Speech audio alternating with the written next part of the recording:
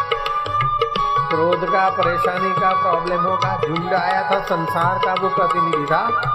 पूरे संसार को कृष्ण ने गुड्डा बना रखा है। आत्मा के आगे तो सारा ब्रह्मांड गुड्डा है।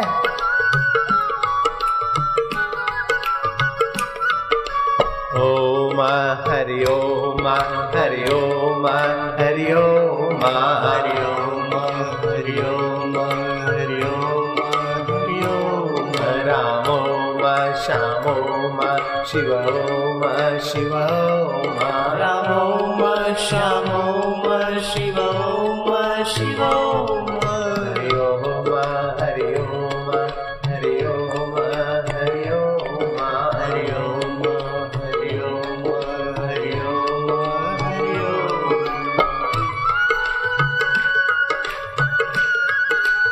जय हो।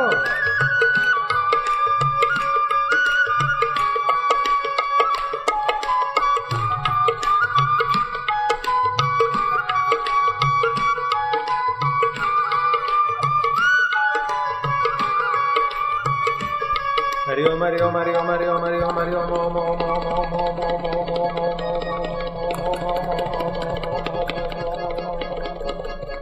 हरि हरि हरि हरि हरि हरि हरि राम राम राम राम राम राम राम राम राम राम राम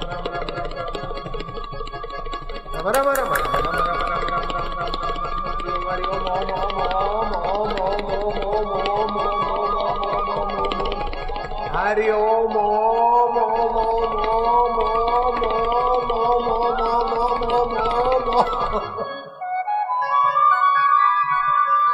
बिन तेरे हम तेरे, तेरे प्रभु हम तेरे। पहली बार ही असली खुशी आ जानी चाहिए, नहीं तो कल तो आ ही जाएगी, परसों। रोज ऐसा दिन में 1-2 बार करो, आपकी असली खुशी और असली तंदुरुस्ती के कण बनने लग जाए।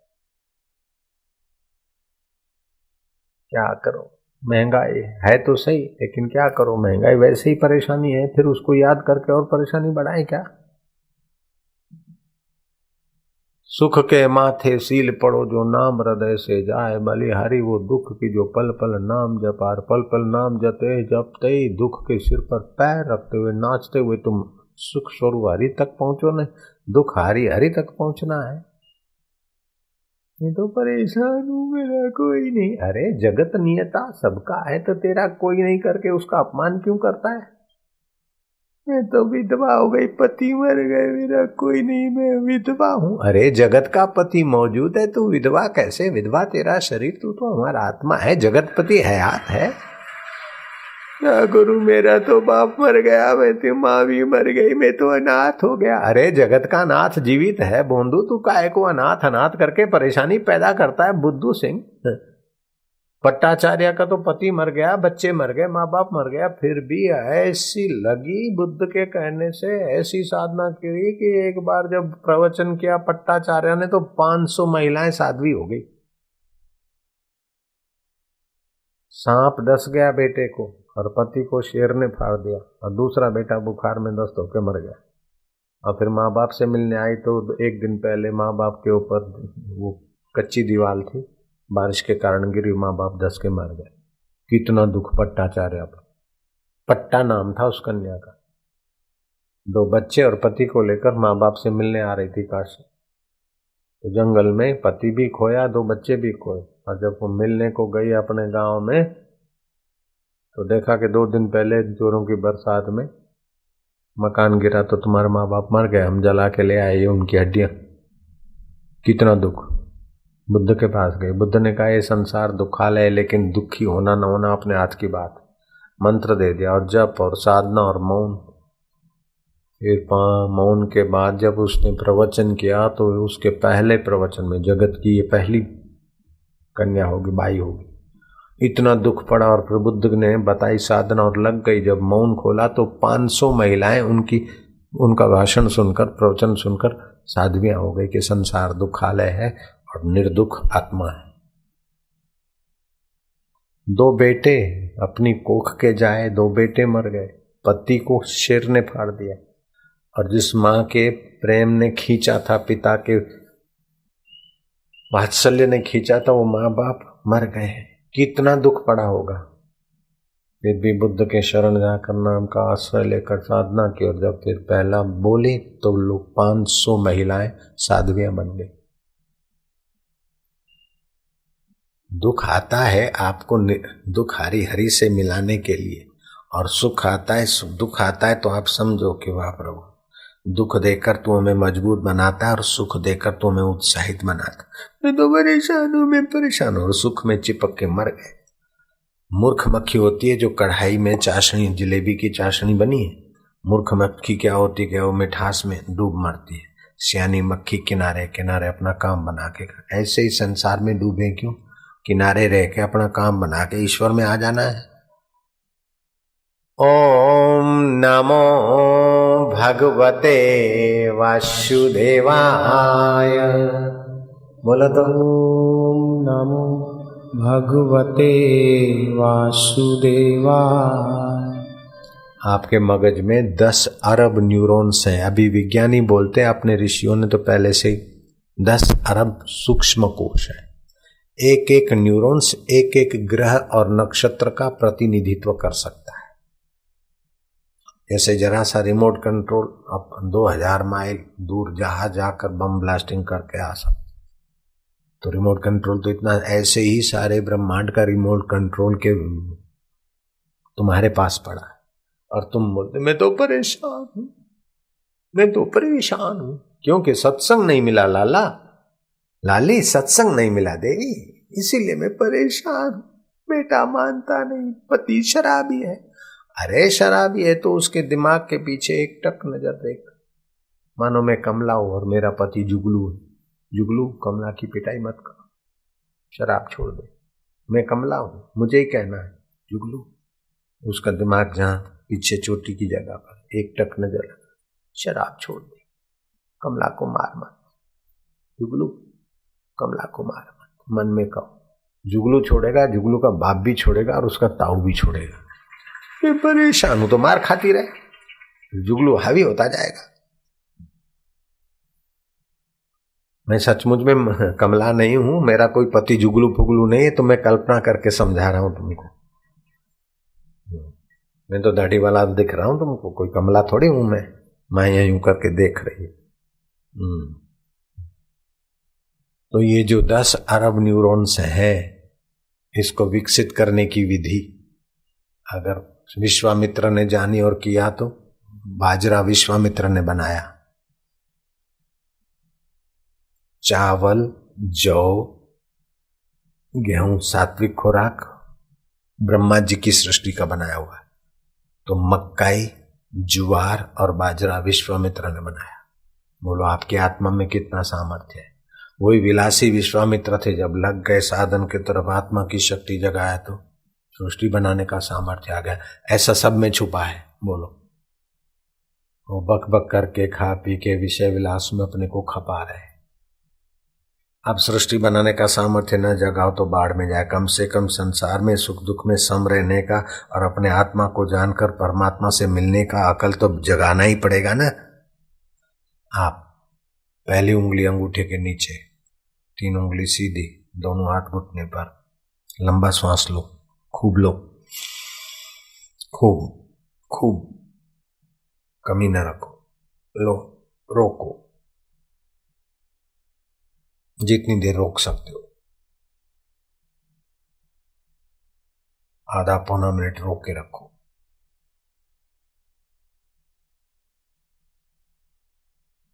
फिर ओमकार का गुंजन करेंगे।